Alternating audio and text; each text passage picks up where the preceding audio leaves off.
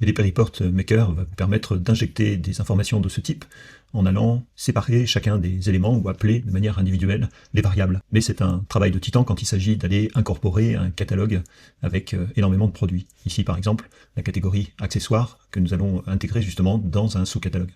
Donc si on regarde de plus près, je me mets ici en mode Rewind pour voir les variables, vous voyez que chaque bloc de texte va appeler justement un élément en particulier du dictionnaire. Par exemple, les variables qui vont aller chercher et identifier le titre du produit, ou encore un descriptif synthétique, ou un descriptif un petit peu plus détaillé, où on va venir ici présenter une fiche technique. Donc, concrètement, dans InDesign, si on refait à nouveau un import, eh bien, il va méthodiquement remplacer les variables par les contenus de ce dictionnaire.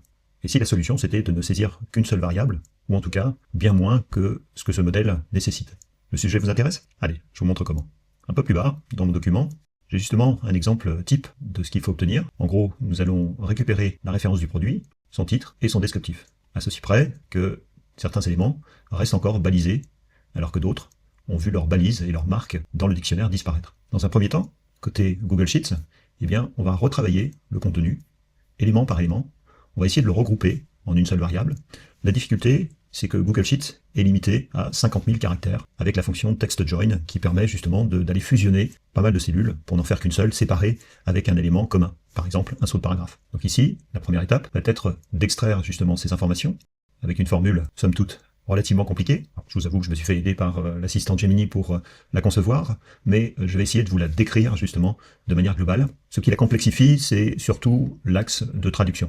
En sachant que pour m'y retrouver, en termes de feuille de style, j'ai créé en fait une feuille de style de paragraphe et des styles grep qui me permettent de travailler spécifiquement la référence du produit, le titre du produit, et le descriptif. Seulement, je souhaite que ces éléments ne soient pas traduits en anglais. Par exemple, que titre devienne title en anglais. D'où cette formule compliquée. On va en fait venir d'abord isoler dans un premier temps les informations qu'on a besoin d'aller chercher dans le tableau, et ensuite on crée un index qui va nous permettre d'isoler justement certains éléments, par exemple justement ces fameux titres, SKU et description également qu'on souhaite traiter d'une manière un petit peu différente. L'autre limite est liée au fait que la description va contenir plusieurs sauts de paragraphes. Saut de paragraphe qui est en fait la clé de VLP Report Maker, qui quand il n'a pas ces sauts de paragraphe est un petit peu perdu et va avoir tendance en fait à agglutiner le contenu texte à l'intérieur des blocs. Donc il lui faut absolument ces sauts de paragraphe. Alors comment gérer ça?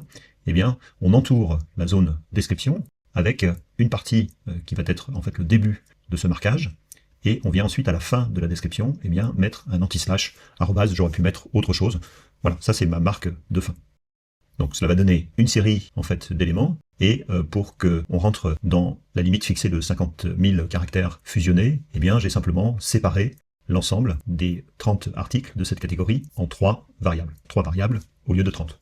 Donc si je retourne dans InDesign, que je me remets en position de départ, Rewind, eh bien c'est là que je vois justement mes 3 variables qui sont à l'intérieur d'un bloc de texte, qui lui-même va être chaîné avec d'autres blocs de texte, ce qui permettra de venir eh bien, couler de manière automatique le contenu de l'ensemble de ces 3 variables. Je relance le script, je me connecte au dictionnaire, et je viens injecter le contenu. La première étape va être, pour traiter la référence et le titre, une première feuille de style, que j'ai appelée ici courant grep, qui est en fait mon texte courant, mais traité spécifiquement avec des styles grep. Et ces styles grep, en fait, il va y en avoir 2 principaux qui vont intercepter le titre et la référence. Ensuite, dès que ces 2 éléments de manière séparée sont interceptés, eh bien j'applique une feuille de style, qui est ici par exemple arrobase titre ou arrobase SKU. Seulement, il me faut un 3e style imbriqué qui, lui, va faire disparaître justement ces marques arrobase titre ou arrobase SKU. Et à ce moment-là, j'ai cette fameuse 3e feuille de caractère qui, dans ses propriétés, si je me rends dans le panneau des feuilles de style de caractère, je prends par exemple ici, donc invisible, nous avons un format de caractère avec un corps minuscule, une couleur également de caractère transparente, et pour terminer, une échelle ici horizontale de 1%, ce qui rend l'élément invisible. Et la dernière étape, puisque nous conservons encore, vous voyez, cette arrobase descriptif et l'anti-slash arrobase, eh bien c'est de traiter ça également par la fonction rechercher remplacer. J'ai mémorisé cela sous la forme de recherche descriptif. Nous allons justement intercepter ce balisage, mémoriser ensuite cette valeur, et ensuite remplacer, une fois trouvé, les éléments avec une 2e feuille de style de paragraphe que j'ai appelée ici texte descriptif. Donc si je recherche la première entité, il va bien m'isoler l'ensemble de la sélection, je fais remplacer, et je peux ensuite lancer tout remplacer. Et j'ai bien ici mes 30 éléments traités par ce biais-là. Alors, en introduction, j'avais dans cette grande formule mis en évidence le fait qu'il y avait justement une traduction qui était faite. Donc si maintenant je me rends dans la liste déroulante qui me permet de choisir la langue de traduction, eh bien je vais adapter cette variable, je vérifie que les éléments ont bien été traduits, ce qui est le cas ici. Une fois dans InDesign, je relance le script, je me mets en mode Update, mon texte est ensuite traduit correctement en anglais, je viens à nouveau chercher la recherche et le remplacement, mon descriptif, et je remplace l'intégralité. 30 éléments ont été affectés par ce remplacement. On enchaîne avec une autre langue, prenons l'allemand.